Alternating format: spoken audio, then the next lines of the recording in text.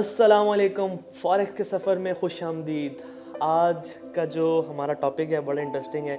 जो पुराने लोग हैं उनके लिए भी, जो नए लोग हैं उनके लिए भी, और जो स्ट्रगलिंग फेस है उनके लिए भी। अब लोगों से मुराद ट्रेडर्स, ठीक है।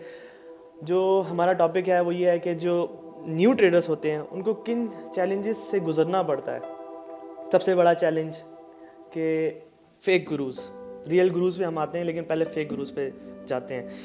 फेक गुरुज क्या करते हैं कि कुछ मतलब घर, गाड़ी या कुछ इस तरह की चीज़ें रेंट पे लेंगे। रेंट पे लेने के बाद अगर एक दिन के लिए रेंट पे लेते हैं तो पूरा 6 महीने का उससे कंटेंट बनाएंगे और उसको प्रमोट करेंगे और उससे सेल करेंगे अपना कोर्स। अब इसमें मसला क्या होता है कि जो नया ट्रेडर है उसको अनरियलिस्टिक अप्रोच हो जाती है, ठीक है। वो रियलिस्टिक नहीं रहता और वो इस तरह के ख्वाब देखने लग जाता है कि जो कि उसे नहीं देखने चाहिए, ठीक है। अब वो फेक गुरुज जो होते हैं वो दिखाते हैं जी मैंने गाड़ी ले ली, मैंने ये ले लिया, मैंने वो ले लिया, अब आप भी ले सकते हो। ऑब्वियसली ले सकते हो, मैं ये नहीं कहता कि नहीं ले सकते हो, लेकिन वो जो तरीक़ेकार होता है ना वो सही नहीं होता। वो ये कहते हैं कि बस आपने ये सीखा 1 महीने के अंदर, 2 महीने के अंदर, 6 महीने के अंदर आप ट्रेडर बन गए हो। ऐसा नहीं होता। जब वो इस अप्रोच के साथ डालते हैं बंदे को, तो जो नया ट्रेडर होता है, जो नया बंदा है, वो क्या समझता है, वो ये समझता है कि यार ये कोई ऐसी चीज़ है कि बस मैं ट्रेडर बन गया हूँ, ठीक है, या अब ट्रेडर बन जाऊँगा। क्योंकि वो जो उसमें नॉलेज होती है ना वो नए बंदे के लिए बहुत ज़्यादा होती है और वो समझता है कि यार ये तो बहुत ही कोई एक्स्ट्रा लेवल की चीज़ है यार, नेक्स्ट लेवल की कोई चीज़ है। लेकिन लेकिन जो पुराना बंदा है वो समझ जाता है कि यार ये तो बेसिक बेसिक सी चीज़ें हैं या फिर ये चीज़ें ट्रेडिंग में काम नहीं करती। तो इस वजह से क्या होता है कि वो एट दी एंड नाकाम होते हैं। अब रियल गुरुज पे आते हैं। कुछ जो अथेंटिक ट्रेडर्स हैं वो जब अपनी पोस्टिंग इस तरह से करते हैं, लोग इंप्रेस होते हैं, तो इंप्रेस होने के बाद फिर वो उनके अंदर जो है ना अनरियलिस्टिक अप्रोच आती है।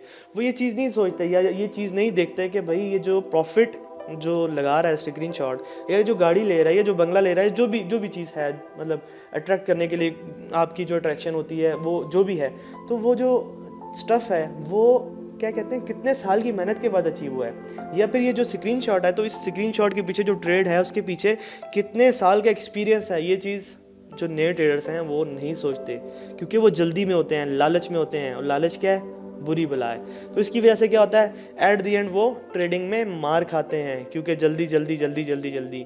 वो मैं आगे बताता हूँ कि मार कैसे खाते हैं, लेकिन पहले हम ये डिस्कस कर लेते हैं। अच्छा, जो बड़े बड़े ट्रेडर्स हैं, मिलियनर्स हैं, उनके पास बड़ा बड़ा फंड है, तो वो अपने ऊपर क्या करते हैं, री इन्वेस्ट करते हैं। अब मेरे पास ऐसी काफ़ी मिसालें हैं कि मैंने अपनी जर्नी में ऐसे ट्रेडर्स देखे हैं। मेरे साथ जो मेरे कोलीग भी थे, मेट्स भी थे, वो क्या हुआ कि उन्होंने स्टार्ट किया, स्टार्ट में बड़े बड़े प्रॉफिट भी कमाए।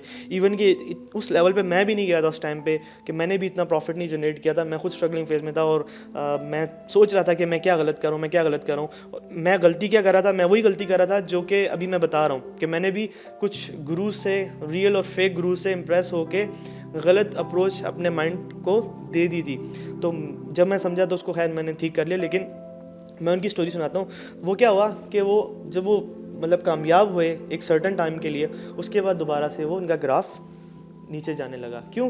क्योंकि उन्होंने अपने ऊपर इन्वेस्ट नहीं किया, उन्होंने अपने आप को एक सर्टेन पॉइंट पे जाके रोक दिया। अब जो फॉरेक्स में जो अपनी नॉलेज को रोक देता है या अपनी लर्निंग को रोक देता है, तो फॉरेक्स उसको क्या करती है, मार्केट जो है वो क्या करती है, उसको निकाल के बाहर फेंक देती है।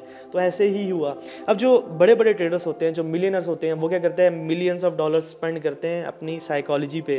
वो साइकोलॉजिस्ट हायर करते हैं, उनके पास पैसा इतना हो जाता है उनको मैनेज करना नहीं आता, वो उसके लिए बंदे रखते हैं, ठीक है, पे करते हैं उनको, और अपनी लर्निंग कभी भी नहीं रोकते, जिसकी वजह से वो कामयाबी का सफ़र जो है वो तसलसल से तय करते रहते हैं और ऊपर उनका ग्राफ जाता रहता है ज़िंदगी का। ना कि मतलब एक कामयाब हुए उसके बाद ठप करके गिर गए।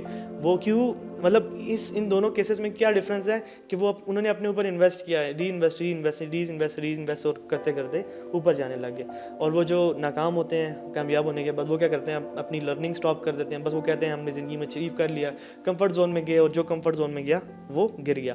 अब ट्रेडिंग जो है वो मैं हमेशा से ही कहता आ रहा हूँ कि ट्रेडिंग बहुत मुश्किल है, बहुत मुश्किल है, बहुत मुश्किल है। उसकी एग्जांपल मैं एक देना चाहता हूँ, शायद इखलाकियात के ख़िलाफ़ बात भी हो सकती है, लेकिन एग्जांपल ये सूट करती है इसको कि ट्रेडिंग की मिसाल क्या मतलब ऐसी है। मतलब ये जो 99 या 95% जो लूजिंग रेशो है वो क्यों है, वो इस वजह से है कि देखें, इंसान की जो हिस्सा है ना उसके अंदर बहुत ज़्यादा नेचर ने डाली हुई है लालच की। तो इंसान लालची होता है। हर कोई जो है उसका मकसद क्या होता है कि ज़िंदगी में आगे बढ़ना, ज़िंदगी में कुछ करना, कर गुजरना, उसमें उसके लिए वो बिज़नेस करता है, जॉब करता है, जो भी मतलब जो भी रिक्वायरमेंट होती है वो अपनी ज़िंदगी को हर कोई अपने हिसाब से डिज़ाइन करता है। उसके बाद वो मतलब पैसा कमाना ही मकसद होता है। जब वो पैसा कमाने लगते हैं तो वो उसके अंदर लालच भी आती है और पैसा कमाना और आगे बढ़ना, इस तरह से वो लालच बढ़ती जाती है। अब मैं एक एग्जांपल से समझाना चाहता हूँ, एक अखलाकियात की शायद बाहर भी एग्जांपल हो, लेकिन इसके लिए ज़रूरी है आपको समझने में आसानी होगी कि एक शराबी है जो कि शराब की लत में पड़ा हुआ है और उसको एक कमरे में हमने बंद किया। बंद करने के बाद उसके आगे शराब की बोतल रख दी। ठीक है, इसको यहाँ पे स्टॉप करते हैं, हम पीछे से थोड़ा सा इंसान पे आते हैं। अब जो हम इंसान हैं, हम क्या है, हमारे अंदर नेचर ने लालच की हिस्स डाली हुई है।